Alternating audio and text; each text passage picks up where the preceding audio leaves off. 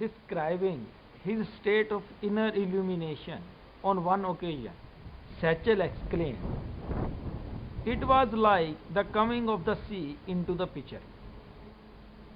He had seen the one in many. In the thousands of colors, I saw the beloved without color. All is the beauty of the beloved. The eyes have the wonder. Everything is an image of the beloved.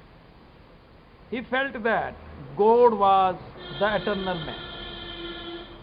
Adam is his name. Why call him Allah? He had crossed the ocean of forms and seen the formless one. Standing on this bank as well as on the other, he realized that he had come into his own. He was a king, not a slave. Nay, the king of kings himself. You are not a slave, but the king. You know everything. How did you become ignorant? You are yourself the Godhead. Why repeat his name? Says Sachal. God is one without a second. Mind it, God is one without a second. And in this, doubt not. He came to this realization by the threefold discipline of I am not, and I am. Described in an earlier chapter, a discipline in the second stage of which he had to follow the path of heresy. When his own teacher said to him, "Thy first duty is to give up faith. Follow not the road of another, however virtuous he may be. Rend the veil over thee, searcher, expose thy being." And when taking the cue from him, he stood up against all formalism and sang outside the mosque on the open road, "Why should I run to Kaaba when my master in tavern dwells?" When he attained to the truth of love, of I am, he said, when the reality is manifest, the claimant disappears. He illustrates this by an example. A man wears a coat. Does he name himself a coat? No. He calls himself by the name he bears. The play of the artist is wonderful. I from the master learned the sound and the echo are one. The sound and the echo are one. O Sachal, sunshine is never apart from the sun. O Sachal, sunshine is never apart from the sun.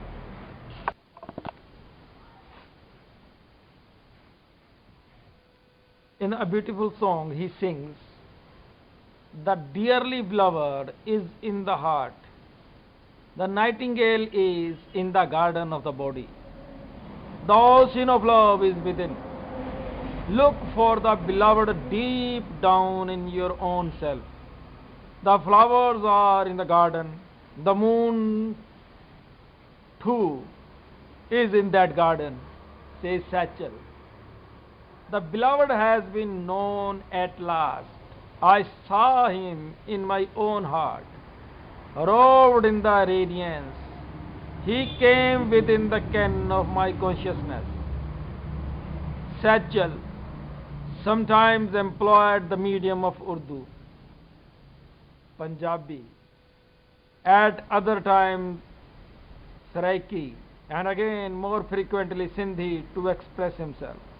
He also wrote in Persian, and his philosophical treatise Diwan Ashkara, which is in the state treasury of Khairpur means, is spoken of very highly.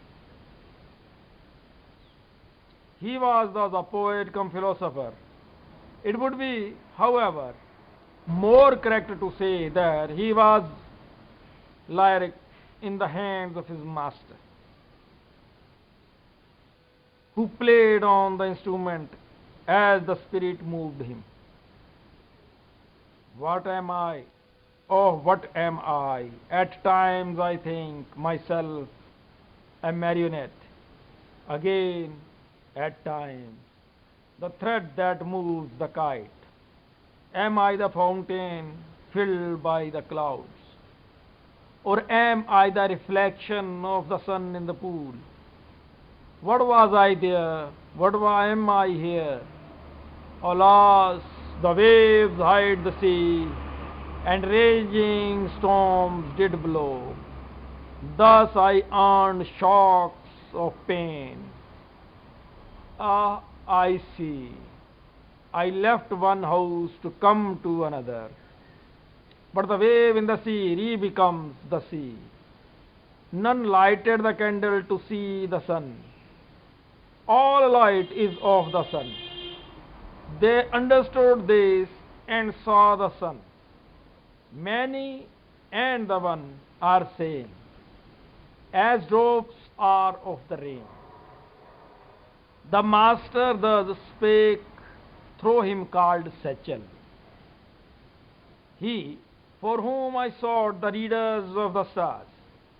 Beloved, he was with me. He for whom I sought the oracles. He was with me. He is not a guest, but the beloved, and he is always with me. None is so near as he. He for whom I passed sleepless nights, he was with me. I looked for him here, and I looked for him there, but looked not for him in my own being. He for whom I shed tears of separation. He was with me. O Sachal, seek not far, know thyself.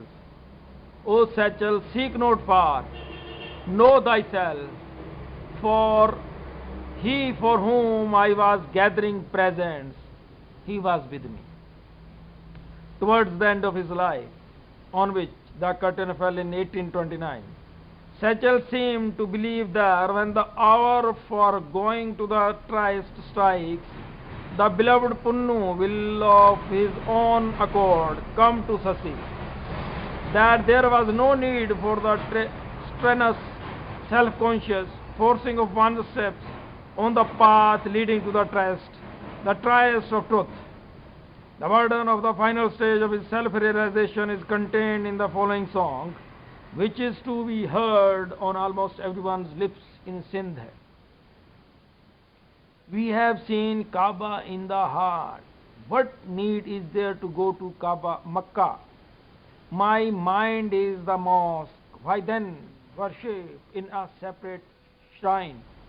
In every artery, he is he. Why then read the Kalma?